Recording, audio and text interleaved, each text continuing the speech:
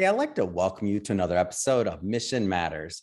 My name is Adam Torres, and if you'd like to apply to be a guest on the show, just head on over to missionmatters.com and click on Be Our Guest to apply. All right, so today I have Jackie Hoegger on the line, who's CEO of Hoegger Communications, and Matt Hamilton, who is Director and Editor of The Foundation.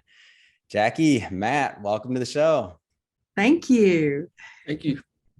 All right, so I'm excited to get into today's topic. So we'll be talking about the film, The Foundation. I'll tell you, for those that have been watching this show, first off, for a long time, you may recall my interview with Aaron Alejandro from Texas FFA. And ever since that interview, I mean, I was just so thrilled about some of the work they're doing that I was invited to one of their film launches for the organization that was detailing their history. And I was so impressed by the film that I had to invite the creators, so Jackie and Matt, to the show to talk about their process, like how they came up with the concept. How does somebody take like all of that history and create it into a short film, or excuse me, a short documentary? Like, I don't know how they did it, but I'm excited to pick their brains and figure it out. But just to get us kicked off, we'll start this episode the way that we start them all, with our Mission Matters Minute. So Jackie, Matt, we at Mission Matters, we amplify stories for entrepreneurs, executives, and experts. That's our mission. Jackie and Matt, what mission matters to you? Oh gosh, well, I feel like we are storytellers as well, and we gain eyeballs and attention on very important, heartfelt topics and stories that need to be told. We like to look at ourselves as a partner with a company who seeks our services, not just a vendor. So we do a lot of listening, and we really find what their ultimate goal is. And so as they're speaking to us, our mission is to make sure that if we were to fast forward to the end of the project, that they look at us and go, wow, that was exactly what we wanted. That's our mission. Oh, that's great. And Matt, I have to ask you the same. What mission matters to you? I would say on my end, I'm more in the video world. So when I'm looking at things, I'm looking at just what's the most interesting story to tell. What's the heart of the story? What's the why of a story? Why should people know this story? We've got to do a lot of cool stories here at Hoegger, and like Jackie said, our end goal is to just have people leave with a product they're really proud of, and also something that when we come in every day, when we open up our laptops and get to work, something we're excited when we get there, and when we're excited when we leave to come back the next day. So whatever story that is, that's our mission.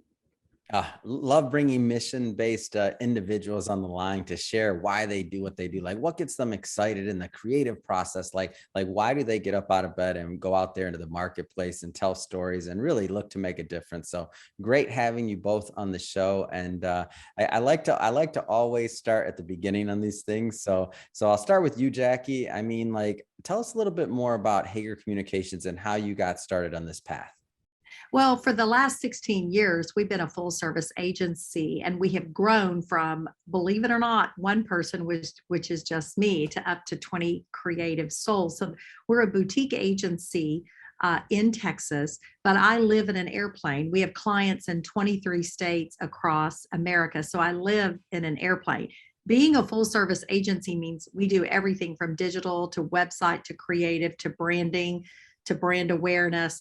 A lot of it includes video. I think a lot of the world has found us through the video world because our video department is so powerful. But word of mouth seems to get us out there more than anything. When people find us, I think they feel like they have found a true partner and a true like-minded soul. Because when we meet with a new client and they tell us what they want, believe it or not, it's like my blood starts tap dancing, because I know I can achieve what they're wanting us to do. You know, I grew up on a farm, even though I drive into the city every day. And I remember from being a little girl, my father always told us, do what you do well and hire done what you cannot do. And we love bringing that. I know what I want, Jackie. I just don't know how to make it happen. That's what we do every day. And that can be a gamut of anything that has to do with marketing, from PR to branding to crisis, you name it, we do it. It's amazing. And isn't it interesting? I always find it interesting. Like, it started with yourself. And then I know there's a lot of Yes. work and ups and downs and all these other things that happen. But like, you wake up one day and you're like, where'd all these people come from? Well, we just hired another one yesterday who starts next week. But you're right. The key is hiring the right people and having a culture in your office of creative, like-minded souls that bounce ideas off each other. If you were to ever sit in our war room, it's a video of all videos just to watch how we come up with the creative process.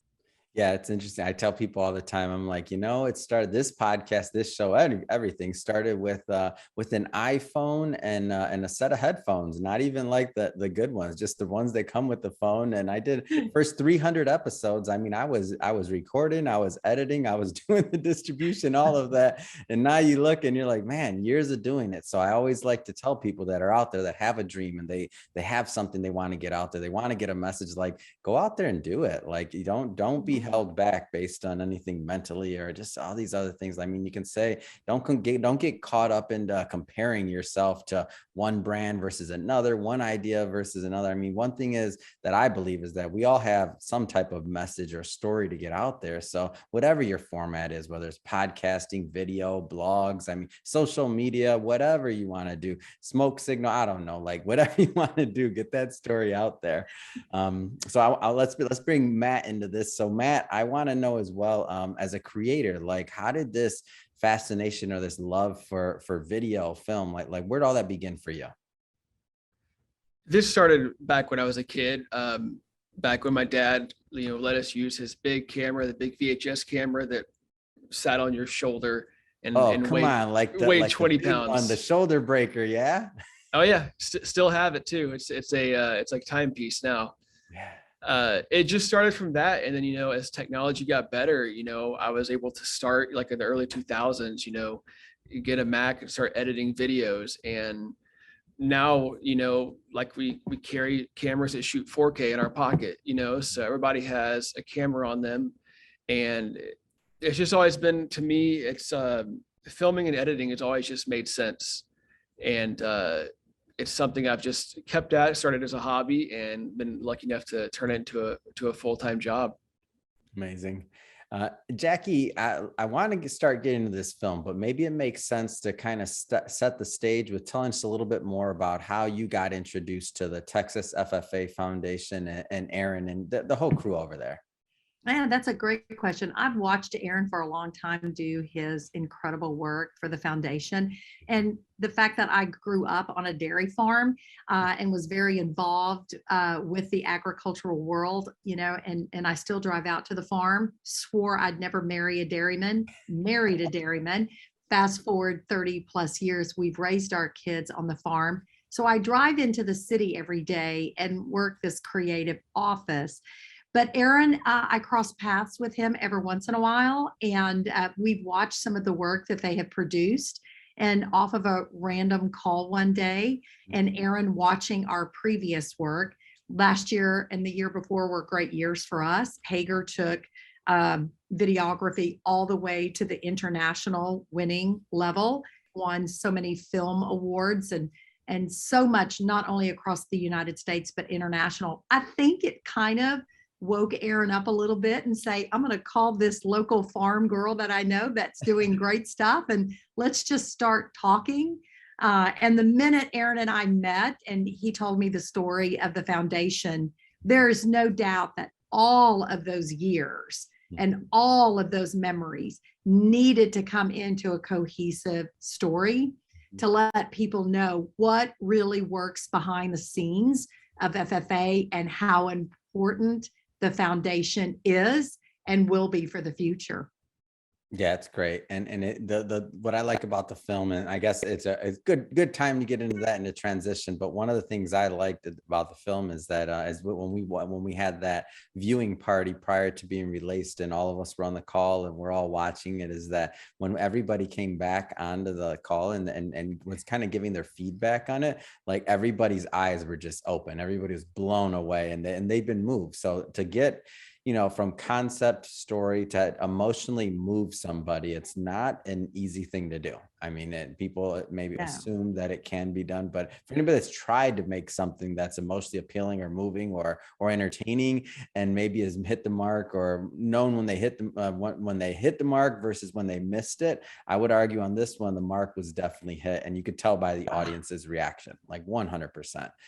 So just maybe starting into the film, and this is for either of you, Jackie or Matt, as the project was brought, to your plates, like what was the first step? Like what was the first step in this creative process?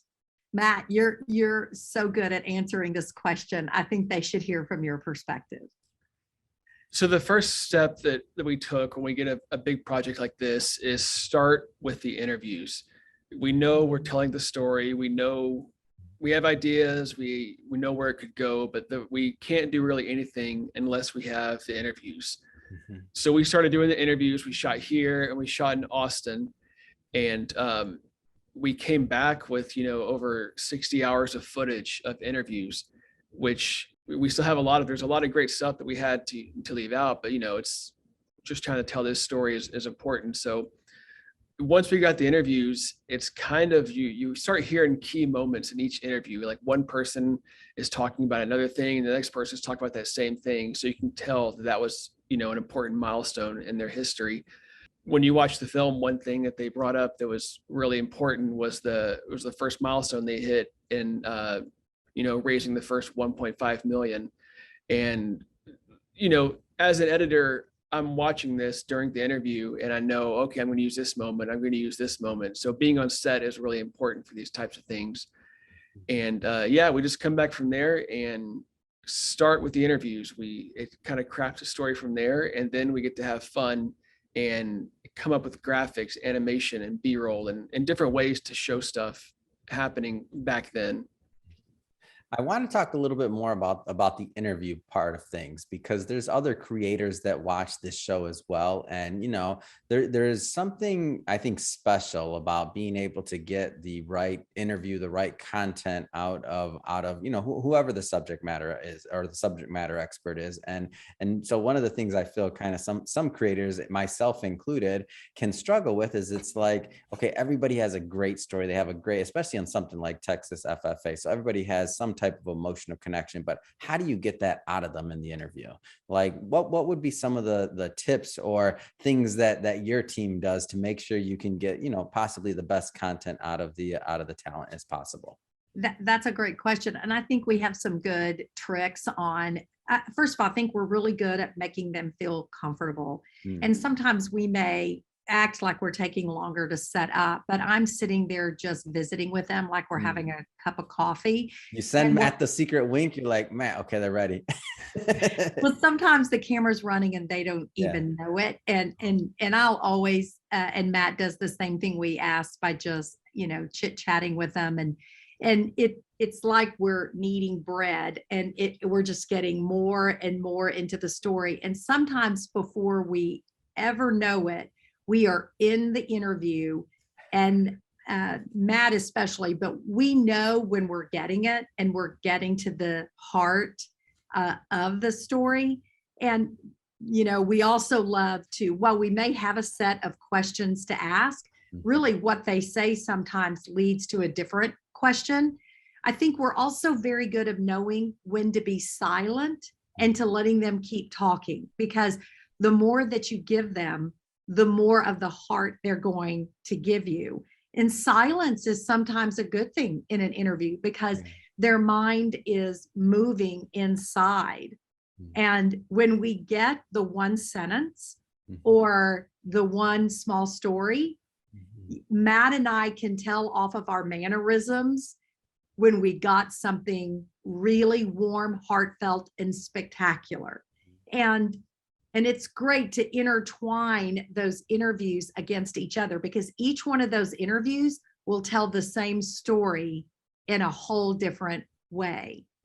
And taking the best pieces of those stories and allowing Matt to mold it into the perfect story is what I think we do best. Would you agree, Matt? Yeah, I definitely agree.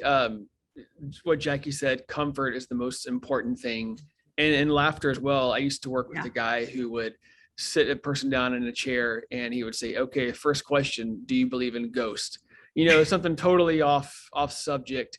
And it would just, they'd break into a smile, so Jackie is really good while me and the camera guy are, doing the technical things. Jackie is, warming them up, getting to know them. And, it's just important because at the end of the day, all it is just a conversation, minus the huge camera and lights pointed at you. So comfort and just easing them into it is the main thing, and just getting them to tell their story and just to get it out.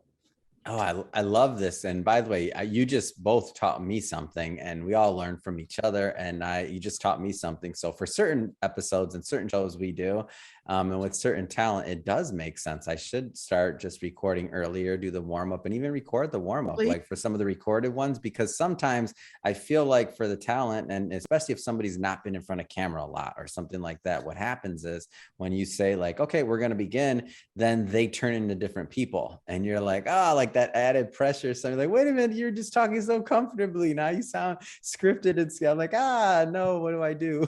You were so warmed up. So leading into that to where the interviews almost started sometimes, and they don't, like, for certain formats. I mean, that sounds like a great idea to me. But sometimes they don't know when the interview has started, and then the cameras just disappear. And which is the magic, by the way, for an actor, for anybody. Like if the camera, you know what I mean? Like if you're doing in your craft, that's amazing.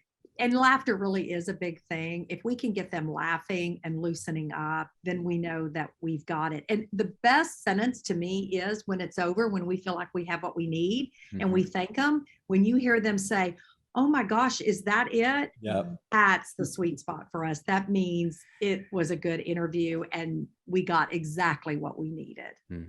So the next thing I was curious about is really like when you have an organization with as much history as like a Texas FFA, like to whittle that down to, a solid, like action-packed, like content-rich, 15-minute or so, a film, like how does that happen? Like, I know that's a big question and it's broad, but I was just racking my brain with it. Like, how does that happen?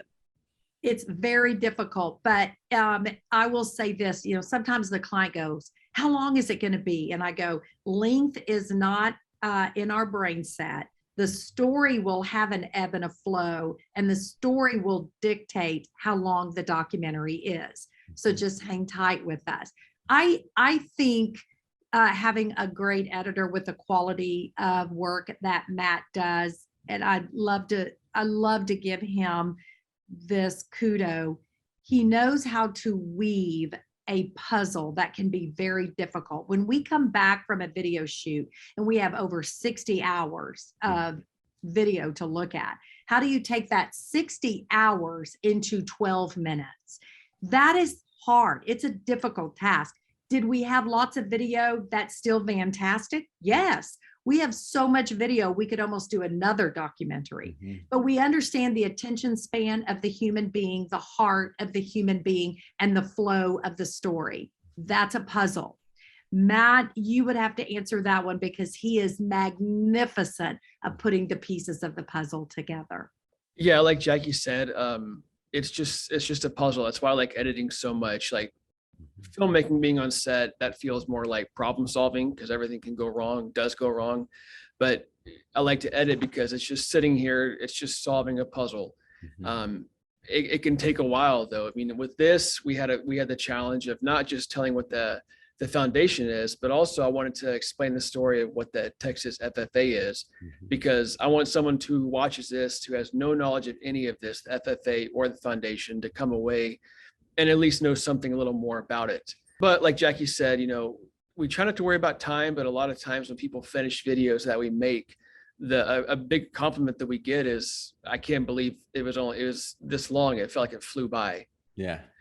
So it's important with the video like this, where it's mainly interviews and not a lot of B-roll stuff we had to create, is just to keep it flowing with, whether that's music or slowing it down through a dramatic scene.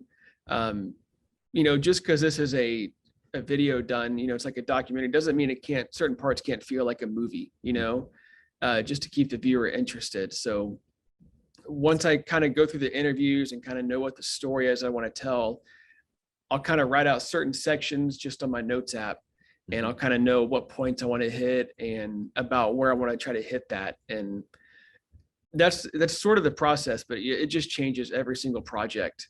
Every project is so different from each one. So, but Adam, I have to interject here. Sometimes the perfect moment of a documentary, when that's the magical piece, when Matt gets to that magical piece, I always tell him we have to ring a bell or bang on the bongo drums, or he'll come to my desk and he says, I've got the ending, or I've got the magic. So you think that happens even going through that 60 hours of video? We have an ebb and a flow, but nothing makes me more happy when Matt walks into my office and he goes, it happened. I got it.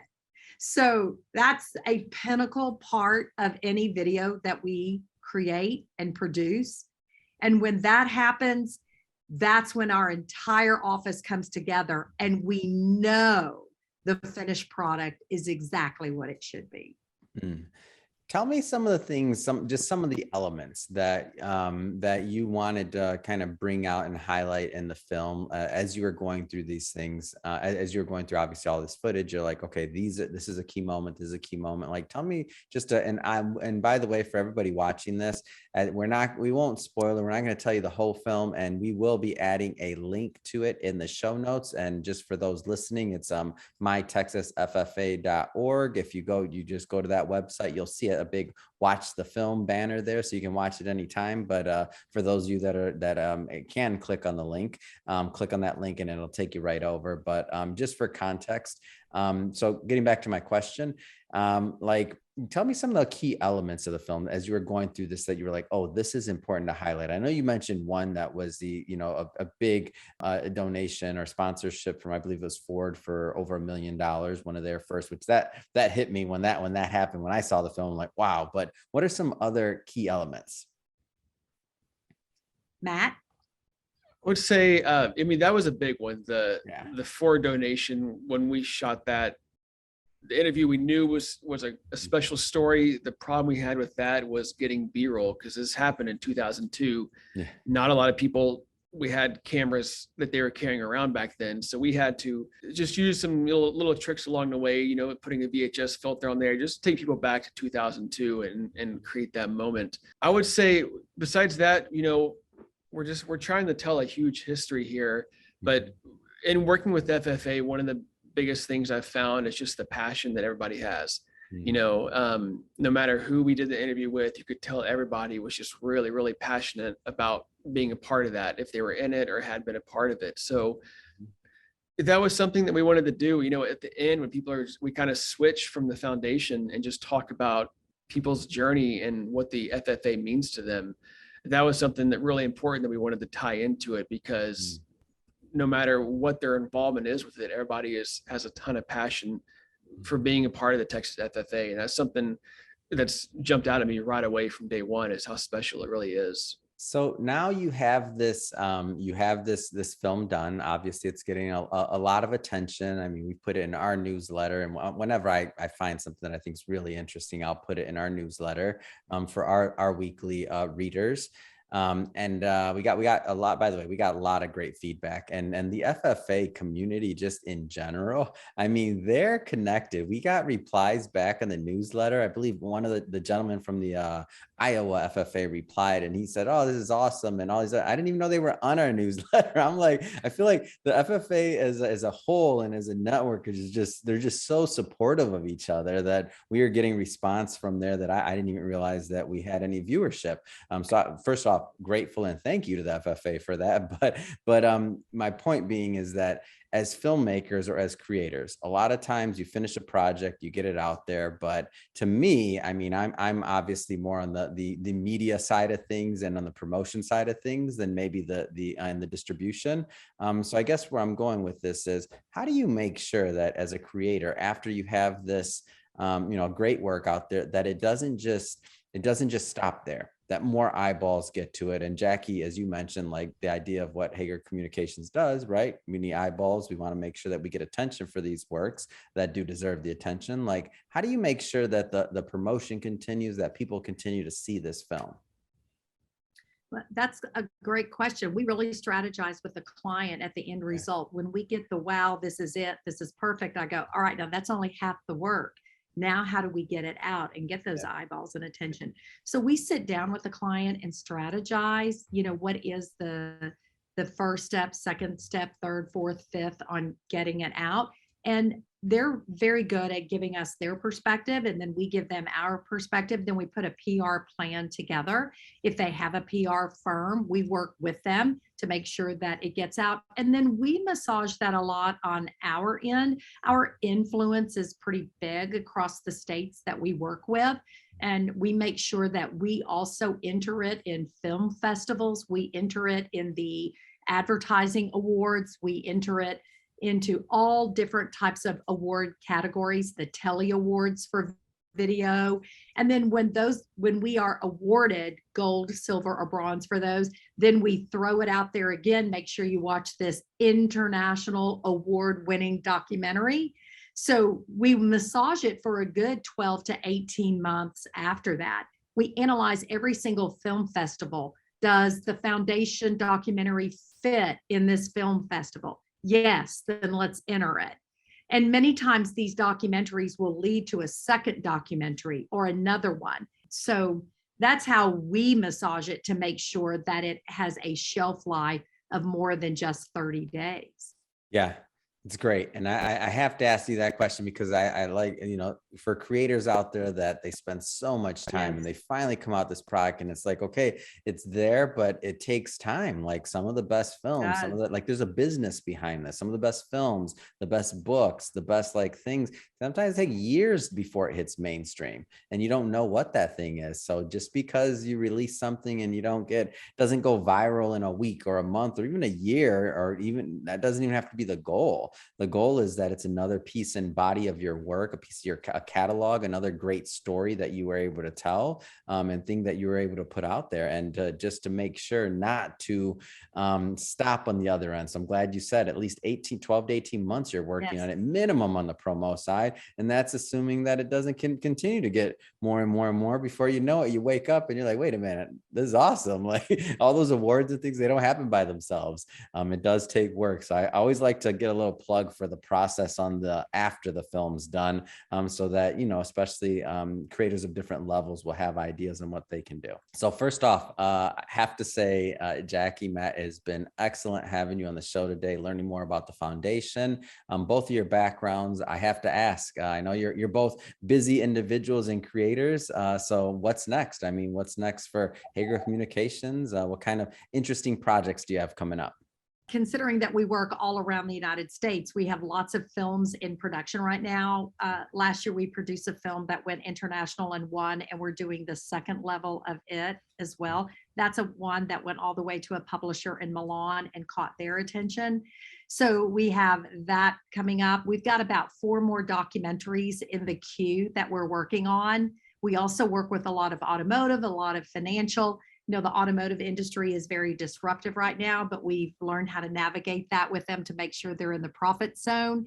And then we work with a lot of franchises across the United States. Well, we find that word of mouth, when people find us, they go, oh my gosh, where have you guys been? We've been looking for a partner. So lots are in the queue. We thought we were going to take a little break of fresh air in first quarter, and I'm going to tell you that has not happened. So while we may end our day fairly exhausted and our brain is kind of fried by 5:30 in the evening, I wake up the next morning energized that people are still calling us. So I feel blessed. Matt, what's hot on your agenda for this next year? Really, it's just, we just finished a big video that been working on. It's for a nonprofit dealing with veterans and helping them. That was a big challenge for our team, and that's going to be released soon. That was another one where we had to take a lot of interview footage and create our own B-roll pretty much. But yeah, like Jackie said, we have stuff in film festival all the time. We just had one of our videos that we shot play last weekend at the Santa Barbara International Film Festival. So, just because we're, essentially a marketing company doesn't mean we just do that. We, there's a lot of things that we, it's just because it's made for a client. I mean, it can't be something more than that, So, but yeah, I'd say the most thing I'm excited about is I'm really just happy that the foundation video is out there right now. That was a lot of work. We started working on that back in April, I believe, and it had been sitting on the hard drive for a while, just as we chipped away at it. And I'm really proud of how that's turned out. Wonderful. Well, I'm happy about the way it turned out as well, and I'm sure my audience will be as well. We'll put the link to the video again in the show notes because I want everybody to go check that out. But that being said, Jackie, if somebody is watching this and they want to learn more about Hoegger Communications and how to work with you and your team over there, and Matt and the whole squad, what's the best way for them to do that? Well, you can always go to teamhoegger.com and find our website, and you can find us there. You can find us on LinkedIn, Hoegger Communications. You can find Jackie Hoegger on LinkedIn. Now, Hoegger is spelled Hoegger. It looks like Hoegger, but it's Hoegger. But we're all over Facebook, Instagram, LinkedIn, Google, YouTube, you name it, you can find us. Just put in Hoegger Communications and we'll pop up. Reach out to us. It doesn't cost one penny just to meet and visit and talk about, what your needs are for 2022, 2023. We love to make new friends and we love to tell your story.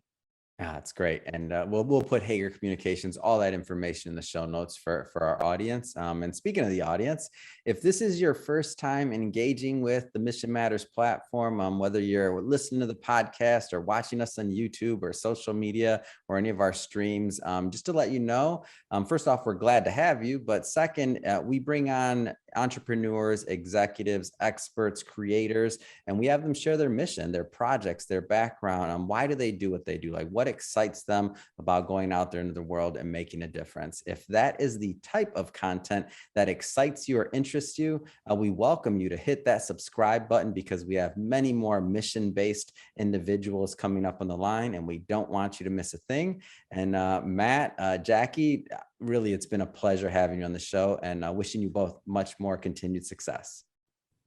Thank you so much. Thank you. Thank you, Adam.